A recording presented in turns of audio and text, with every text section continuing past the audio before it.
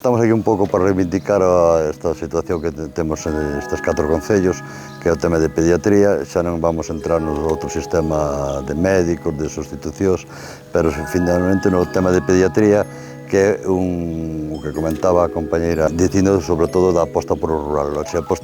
apostamos por o rural, se non apostamos por a base, que son os nenos, os recién nacidos, que os concellos normalmente estamos facendo un esforzo para dar subvencións para nacementos, estabilizar a población, pois se despois na parte que lle toca a administración da Xunta non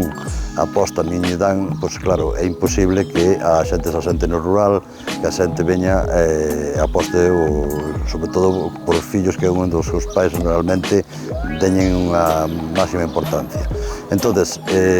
fixeronse gestións co gerente que se iba a habilitar o tema de ir á ponte, pero o problema xa non é nin á ponte nin a Ribadavia, que moitos pais,